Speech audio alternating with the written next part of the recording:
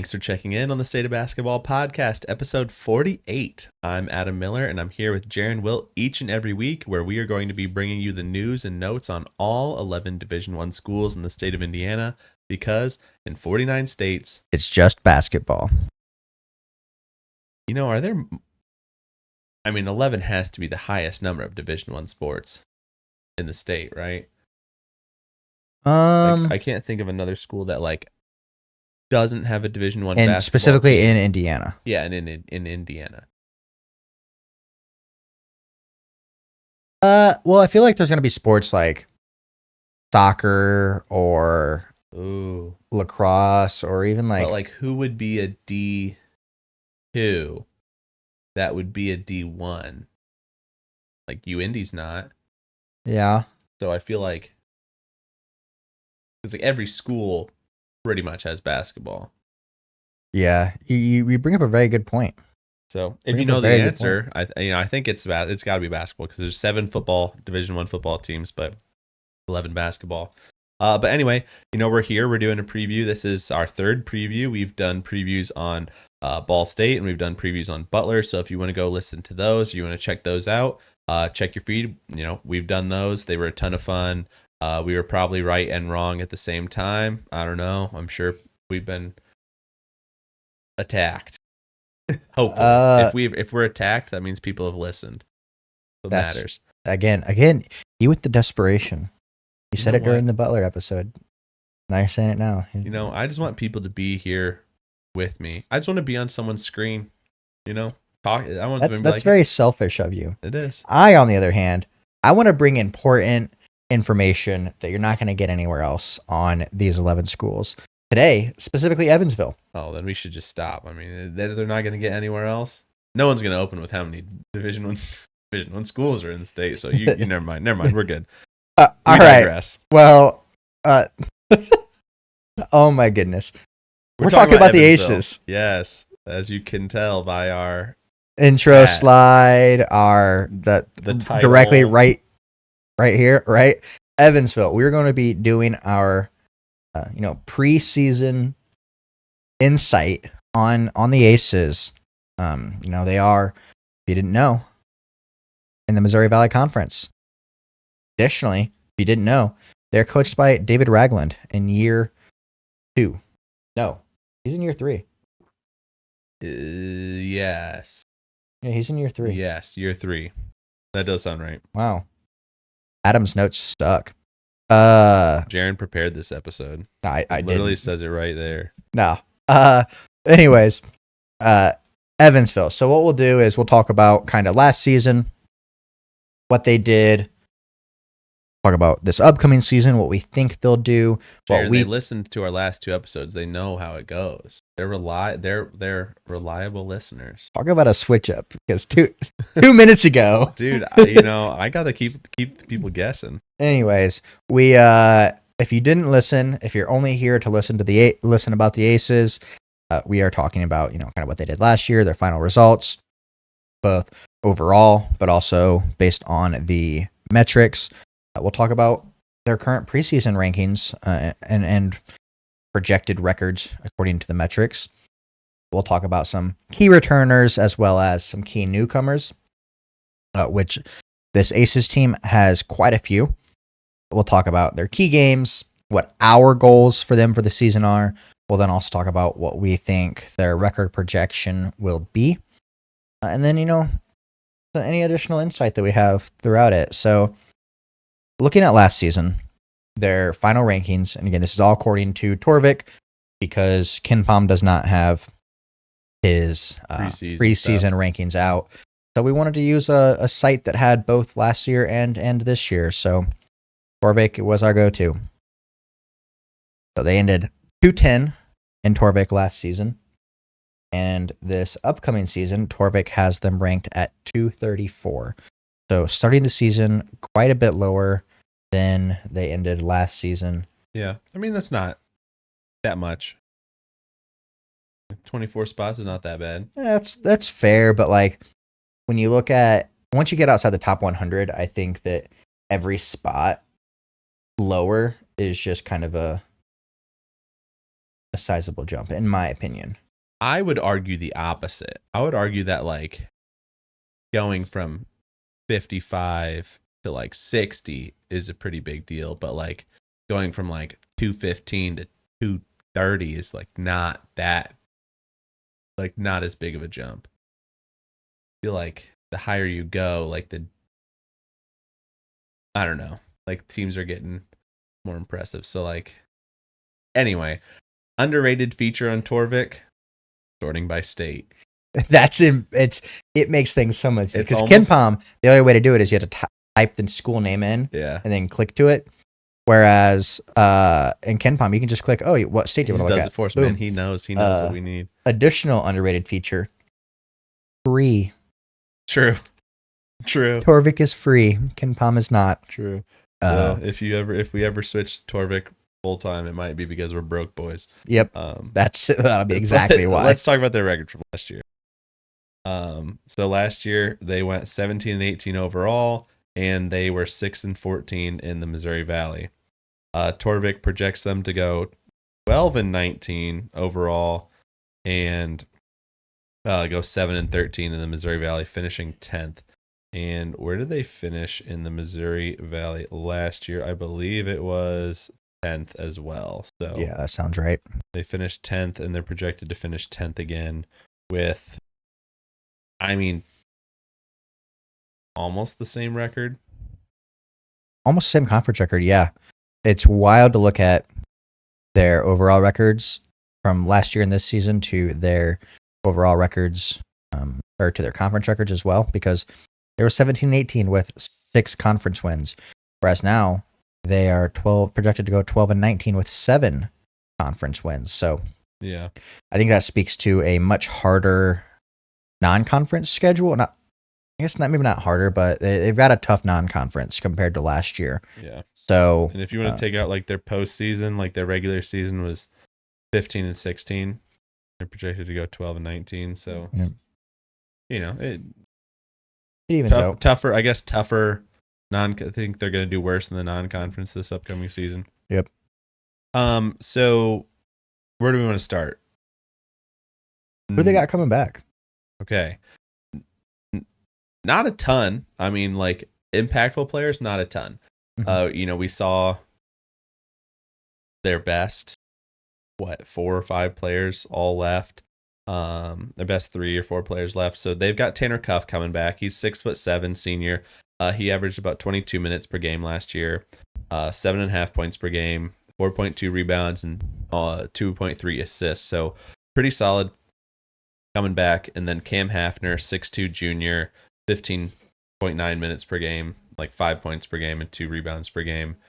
And then the other like impact person is Josh Hughes. So he's a 6'10" sophomore. He played about 20 minutes per game and had about 6.7 points per game and almost 4 boards. So you'll notice that they're like Tanner Cuff, 22 minutes per game is their leading returning minutes leader. Whereas like some of the teams you talked about had like someone bringing like 35 minutes. So most of their minutes are up for grabs. Yeah. Yeah, a lot of available minutes, which I think will, really tell us who are their go-to guys, because people are gonna have to step up. Mm-hmm. People are gonna have to be really well conditioned, because a lot of these guys are gonna be playing way more minutes than they played last season. Yeah, and they lost. When you lose guys like Hummercows, Chuck Bailey, Toomey, Strawbridge, Antonio Thomas, like you lose 4 of your top 5 players. Other one, that other one being, Tanner Cuff was, obviously that 5th guy. So he does come back, which is nice to see. But I mean, a lot of things are up in the air for the Aces this year. So they've got four people that I've kind of like slotted as like pretty important. Yep. Newcomers. So first one is who I assume will be their point guard, Tayshawn Comer. He's a 6'1" junior point guard out of Eastern Kentucky. He played 25.5 minutes per game there, had 7.8 points per game, 2.5 rebounds per game, and then 3 assists per game. So pretty good stats from like a lead guard. Yeah. He can rebound, he can get some assists, and he can score the ball too. So that's pretty encouraging. Connor Turnbull, somebody I think we're excited about. I think I'm really like probably the most excited. He's the one I'm most excited about on this newcomers list because he's coming over from Butler. He was a good player for Butler. I think a lot of it was a fit. He didn't quite play the style of ball that Thad Matta wanted to go to. But I mean, you got to be good to get recruited and play at Butler, and also 12 minutes. There. Yeah. And so I think that he's going to prove to be invaluable. The 6'10" junior forward. So 4 points per game in the Big East could translate to 8, 10, 12. Yeah, in the Missouri Valley. Yeah. So definitely exciting stuff there. He did, like you said, only played 12 minutes a game, but still, there's a lot of minutes to grab for the Aces, and I think that that number could at least double. And yeah, absolutely. I think that he's gonna have an opportunity to shine, I think, on this team. Yep. And then the two like other pieces that they're bringing in that are kind of notable are 2 JUCO guys. So the first guy is Ramondo Battle II. He's a 6'8" forward from Walters State. And I think this is like the transfer rating. He was like the 37th ranked JUCO transfer. So he averaged 14.9 points last year, 6.5 rebounds per game. So he's coming over from Walters State. So that's a pretty solid guy that you can, have running the 4. Or, go big, put him at the 3. Probably not going to put him at the 5. But the other guy is the one that I'm kind of like, this could be very interesting because he had pretty good accolades here. So Trent Hurdley, he's a 6'6" wing. Hundley, sorry. My mic is in the way. I can't read. He's a 6'6" wing, averaged 26.7 points per game, minutes per game last year. Points, oh my God. 9 points per game and then 4.4 boards and 2.1 assists. So another kind of like balanced guy who can kind of do it all. He's going to get some boards since he's bigger, but he's going to dish out some assists too. He's transferring from Rio Grande, which is an NAIA school located in Ohio, which I was like... Not in the Valley?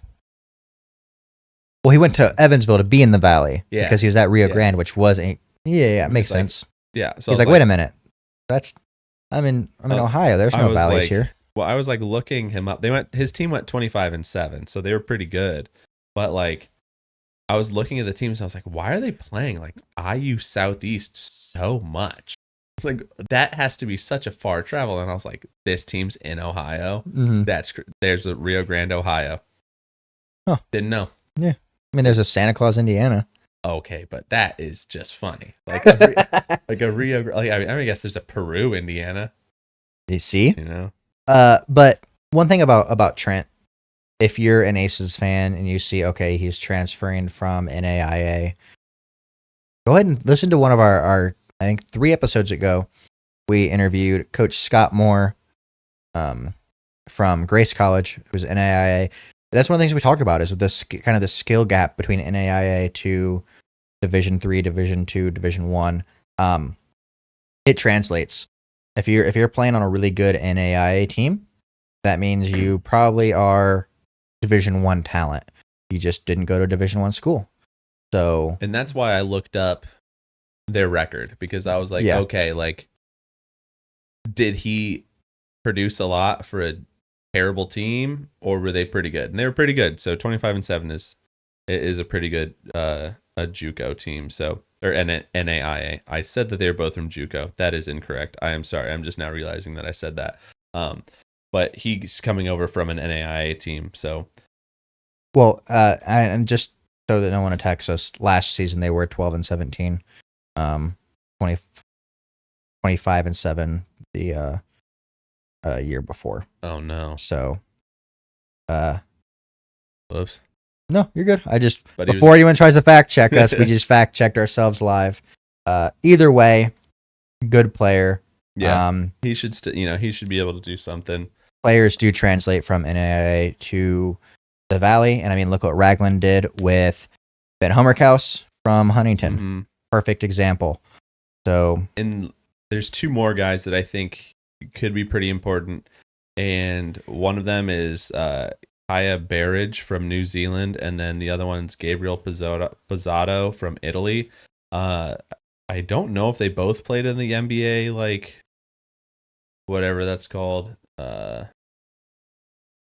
development or whatever, one of those like NBA development things. But those could be guys that honestly, like they're listed as freshmen because they're coming over, but I could see them, having huge impact and really, getting a lot of minutes, if not starting for the Aces. So a lot is up in the air, I would say, more so than some of the other teams we've talked about. And that makes it a little bit harder to judge because just they lost so much. Like if you just look at production, like who starts for this team? Probably Tanner, like Tuff, Hapner, and Comer and Turnbull probably start. But the fifth spot could go to like Battle or Hundley. Could go either one of those. Yeah, I mean it's going to be interesting to see. I think that the roster switches around the first couple weeks is just trying to figure out which five are the best to start on the court, which five are the best to come off the bench, kind of thing. So they never did that last year, right? Remember we were talking about how Chuck Bailey should start for so long. Yep. And then he never did. Till the very end of the season. Did he start starting? Started a couple games. Did he? That might have been because of injuries. Well, we'll see. I mean, there's a lot of question marks there, but I do think obviously Raglan knows his roster. Yeah, they'll figure it out. And I mean, most of these guys, I believe, have multiple years of eligibility, so good sign for at least the next couple years for the Aces. But we've talked about key players, right? Both returners and newcomers. Let's talk about key games. They start the season at North Texas, who is a top 100 ranked team. So that is November 5th. They also play at Ohio State. That will be a grueler. November 19th. A lot of Valley teams going to Ohio State. Yeah, Ohio State's just running through the Valley. Or trying to run through the Valley. Valley's running to Ohio State. Well, they're trying to run through the Valley teams. They host Green Bay, which will be a fun game. Mm-hmm. Green Bay is a really good Horizon League team. Typically, they were last year. May not be as good this year, but they won the conference last year, I believe. Green Bay? Or maybe they were projected to win the conference and they didn't. Green Bay was 230th. I put them on here because I thought that was, isn't that where Doug Gottlieb is coaching? Yeah. That's why I put them on here because I think that's interesting. Yeah. Doug Gottlieb quit the radio or quit the talk show. No, I thought he's still doing it. Oh, that's right. He is still doing it. Daily radio show. Yeah, that'll be a fun thing to see. And they did a video. Do you remember this? They did a video in the summer of like, hey, we're willing to forego a foreign tour if you let us play in the basketball tournament. Like they were like, they did a. I don't remember. He had the whole team out there, and he was like, had them just standing behind him while he was like, NCAA, we should be able to play in the basketball tournament. They need one more team. We would like to do it. We will not do a foreign trip. That's wild. He's using his media experience for something. It's something, but that's why I put them on here because like you should beat Green Bay, but like like you have to beat Green Bay. Mm-hmm. You got to beat Green Bay. And then they host Western Kentucky on December 7th. Top 100 team. They're ranked 97th preseason. UT Arlington, they're 112. So that'll be a really strong matchup because UT Arlington is a decent team at the mid-major level. That's December 18th. I've got an in-state matchup It's not a Valley Conference team. They're at Ball State. Yeah. The return game. Yeah, they whooped on Ball State last season at the Ford Center. Now they're going into Worthen Arena. Ball State is going to want some vengeance, I think. So, and it's a completely different. Both completely teams different are completely on both sides. Yeah. So that'll be a fun one on December 21st in Muncie. Yeah. So then, when they get to the Missouri Valley schedule, I think they play because there's 12 teams. So if they had 11 teams, they would be able to do a true round robin like how the Big East does. But they have 12. So I think they play everybody twice, except they play Belmont at Belmont, and Belmont does not come to them. And then they play Southern Illinois at home only, so they don't have to travel to Southern Illinois. But then their MVC, their conference opener is December 29th at home against Missouri State, and then the final one is Illinois State at Illinois State. So the Valley is like wide open, kind of, but it's still going to be so dang tough. Yeah, I mean, the Valley runs deep, always. Yeah, I mean, even when, Josh Schertz leaves and DeVries leaves, the 1-2 of last year, it's like, still though, like, they're still Belmont. Yeah.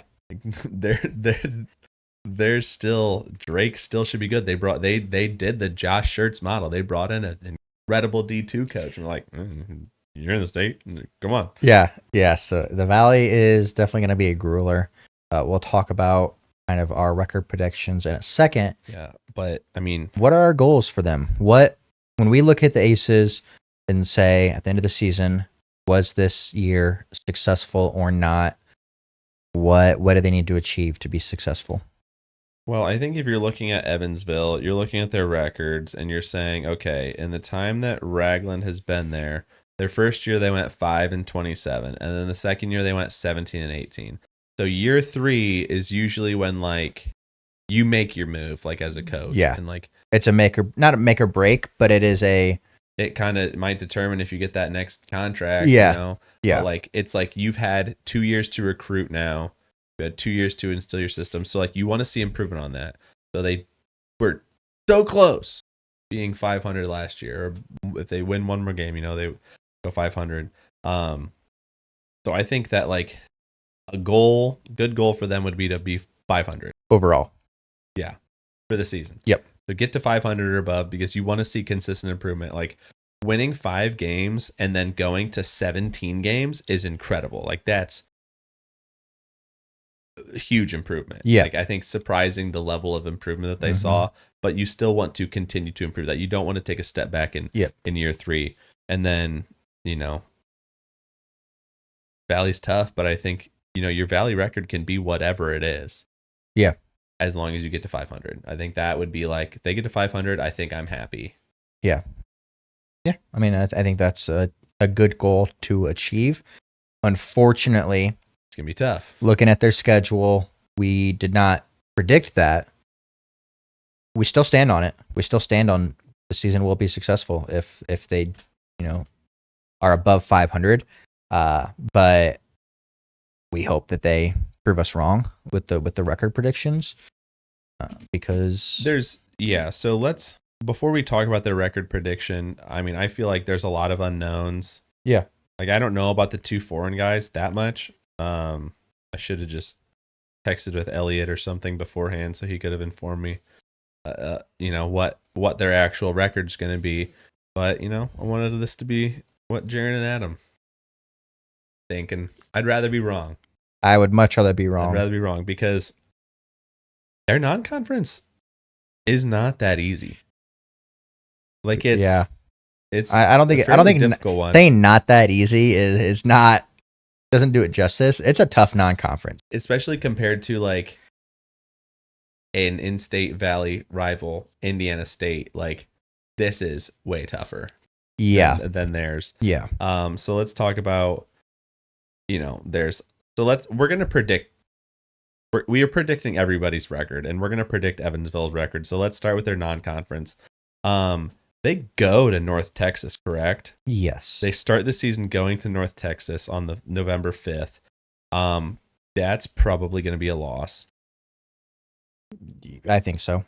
Middle Tennessee's could be like a comparable team, but you're still away at Middle Tennessee. Your only home game at that point will be, I don't even know, Brescia, a non-D1 team. Yep. So they'll win that game, but Middle Tennessee, I could see them losing. So that's, 2 non-con losses. Ohio State, that's 3. Yeah. I mean, Ohio State, I think, will be good enough to win at home. Yeah. Western Kentucky, you bring Western Kentucky in, but like Western Kentucky's pretty good. So that's 4 non-con losses. And then you go to Ball State, who's looking to win the MAC. Right? Yeah. Yeah. So that's 5 losses. And then UT Arlington is a good, what are they in? What conference are they in? I got it right here. They're in the OVC, aren't they? No, that's that's like the other UTs. Oh, they're in the Western. Yeah, because UT Arlington is Texas, not Tennessee. Yeah. So that's man. That's 6 losses. 5 and 6 in the non-con. And one of those wins, I think just one of them, right, is non-D1. Yeah. So thankfully they just have the one non-D1, but like that is a tough non-con. So let's say not 5 and 6 in the non-con, and then Valley's just tough. Like it's hard for me to see them winning without having seen this current team that they have put together. It was hard for us to see. Okay, will they win? 6-14 last year in the conference, and they were pretty good. Yeah, like Humrick House doesn't get hurt, they probably win 8 or 9 games. Yeah, but it is what it is, and I think that this might be a comparable to, or a little bit worse than a team, without Ben last year. So I think 5 wins. I think, yeah. And it hurts me to say because like I could also see them, if these guys that I don't really know a ton about like show that they're really, really good. Because I think there's one guy who's like, I don't know, good, showed some good international flashes this year or something. But I think 5 and 15, so that puts them at 10 wins and 21 losses, so 10 and 21 overall. A little bit of a step back. Which, I mean, we said the goal would be 500. Yeah. So that's not 500. It is not. It's not 500, which stinks. But, I mean, I just want to be wrong. Yeah. I want to be wrong. We've said it. There's a lot of question marks around this team. And Ragland is a good coach. I think he does a great job with the program. So I definitely think it's realistic that this is very wrong. I mean the projections itself already think that it's gonna be. I think this is the first one we've done actually where we've been below the our projection has been below the metric projection. So hope we're wrong. Oh, we really hope we're wrong is really what we're getting at, because we want the Aces fans to have a winning season. Yeah, I mean, it would have been nice if like your single plays were against like, Bradley and Belmont or something. Yeah, but having to play them twice is not pleasant. So. Yeah, I guess they do. One of theirs is Belmont, but like Bradley, you would have only wanted to see once at home. Yeah.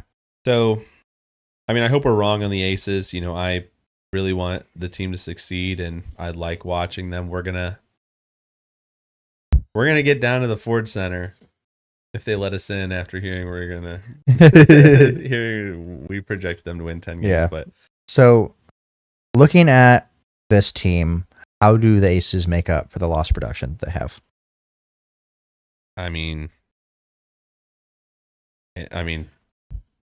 remember they lost 4 of their top 5 players by minutes, and their top 5 scorers, including Ben Hummerkaus, Chuck Bailey, Toomey. I think the NAIA and the JUCO guys got to work out, and then Turnbull I think is going to be really good. I think I could see him being their leading scorer. I could see him or Cuff, but I could definitely see him, and then hopefully the international guys come in and just ball out. I mean, sometimes guys are just balling out internationally, and they just continue to do that. So I hope that works out. I would, first game of the season, maybe we're surprised and they win at North Texas, and then all this is null and void. But we'll be back next week. We'll be back next week, and we'll be talking about Indiana. So if you want to hear some Indiana talk, this Indiana University talk, come check that out. Or if you just want to keep hanging out with us, come check that out. But check out the rest of our previews. We'll be doing a preview, two previews a week up until the season starts. So Mondays and Thursdays. Mm-hmm. Yep. So the clock is showing quadruple zeros, so it's time for us to get out of here. Thanks for checking in on the State of Basketball podcast. We will see you next week. And remember, in 49 states, it's just basketball.